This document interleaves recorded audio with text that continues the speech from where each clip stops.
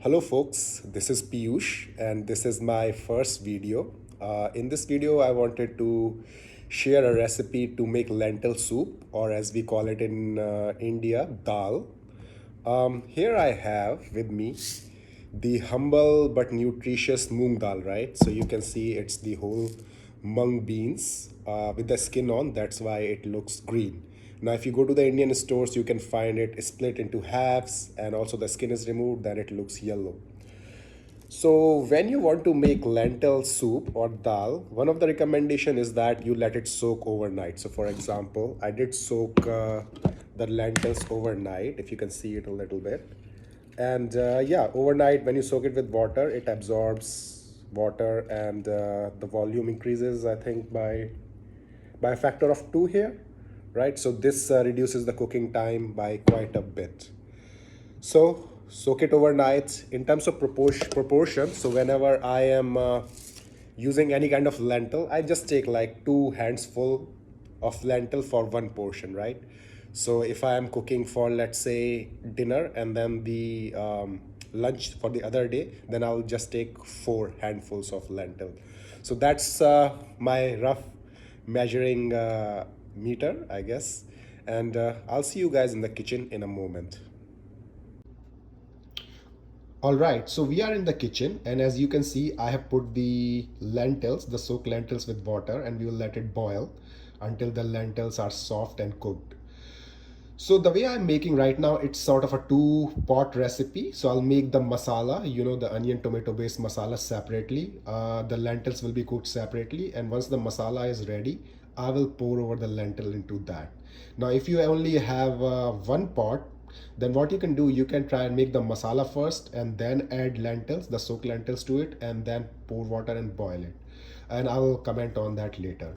But whenever I'm boiling lentils in this way, I just put like some basic things in it. So you can see here in this dish, I have some salt. So essentially for one serving size, I put 3/4 of tablespoon. You can use whatever metric you use for your saltiness in the food. So that's my metric. And again, I have like few basic spices here. So 2 bay leaves. So I'm making this like 3 portions here, right? So I'm putting 2 bay leaves, 1 black cardamom, and 2 green cardamom. So yeah, these spices will give this like that beautiful smell that you probably are generally familiar with Indian food. So here it goes, and we will let it cook. We will let the water come to a boil until the lentils are soft. And in the next clip, I will show you how to make the masala, and hopefully by the time the lentils will be soft and cooked. Okay, so for making the masala, here are some of the basic things that we will be using. And some of these ingredients are very common for making that onion tomato based masala for a lot of Indian dishes. So we will use some onion, some tomatoes, garlic clove. For giving that zing, we have the green chili. You can substitute with that with black pepper, and then some ginger. So one thing recently I learned from my mom was that a lot of time lentil soups, the Indian style lentil soups, they can turn out pretty good even without tomato. But there are some lentils like the tur dal, right? Tur dal or sambar, if you know that, that always goes better in my opinion with tomato. But for this recipe, I'll still use the tomato, but I want to say like tomato is sort of optional for any other kind of lentil than tur dal or the sambar dal that you make out of it. But yeah, here are no wrong answers here. So you can use any of these ingredients. In case like you don't have onion and tomato, basically, yeah, you can make it without that too, right? So again, no wrong answers. If you want to go super basic, just boil the lentils, put some salt and some seasoning in it, you can use that way.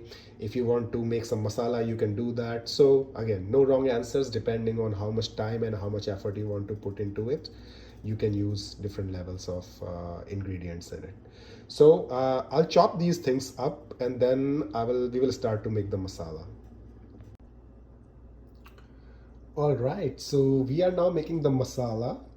As you can see in this pot, I have put in some fat. So this one is the ghee, also known as the clarified butter.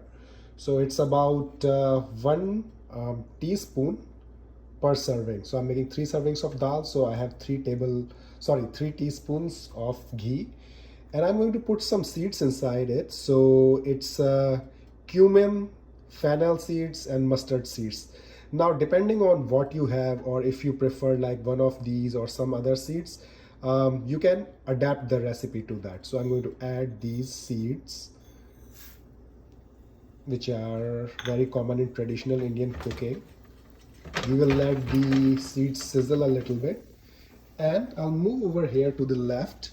So here I have chopped the onion, the green chili, the garlic, and the ginger.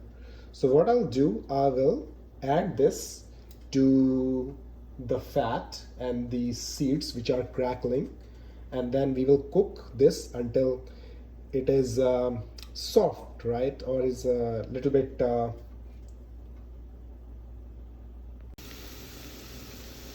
okay. So now, as you can see, the onions are cooked medium, I would say. For dal, we don't have to brown them up that much. So you can see they have become translucent, sort of. So this is a good point where we can add chopped tomatoes to it. So I've chopped up 2 tomatoes for 3 portions of dal. So I'll put it here. And now we will cook until the tomato becomes pasty and mixes with the rest of the ingredients. And in the next clip, I will also show you some of the ground spices that I'm going to add.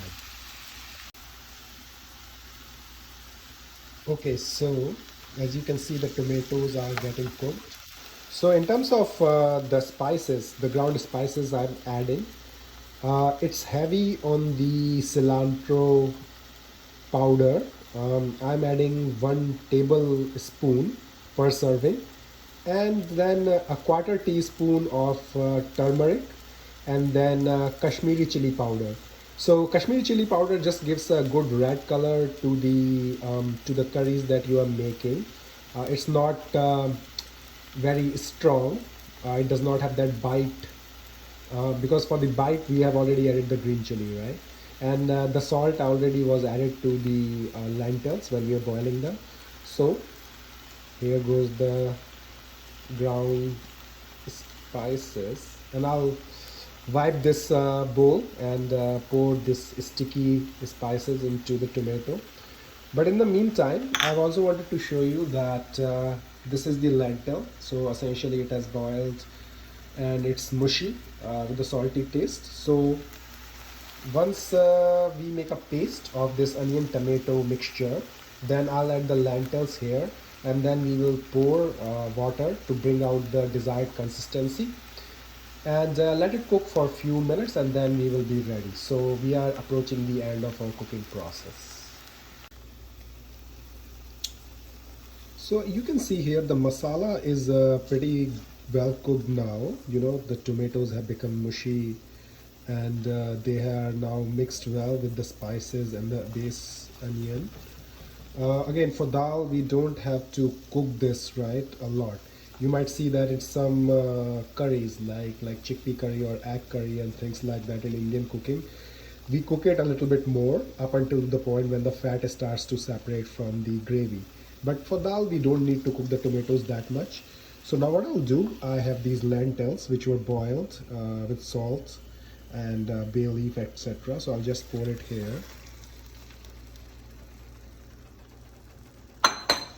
Yeah, basically now we just have to cook it for a couple of minutes, and we have to mix the lentil with the paste and everything. I might add some water to get the desired consistency. And my recommendation for adding additional water is that you use either room temperature water or slightly warm water. Don't add like refrigerated cold water to a thing that is already cooking. So you can see it's very thick right now. So I'll add some water to get the desired consistency, and we will let it come to a boil. And so that like the paste, the masala and the lentils are well mixed up. And I'll show that to you in the next clip, and then we will do a testing as well. So okay, so we have a beautiful boil, in the mixture of the boiled lentils and the masala. At this point of time, it's cooked.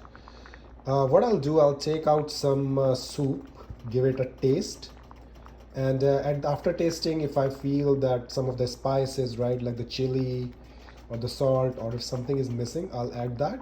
And yeah, I'll see you in a bit. All right, so we are ready to give the lentil soup a taste.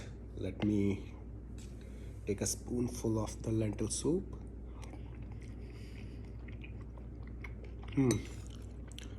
Very delicious.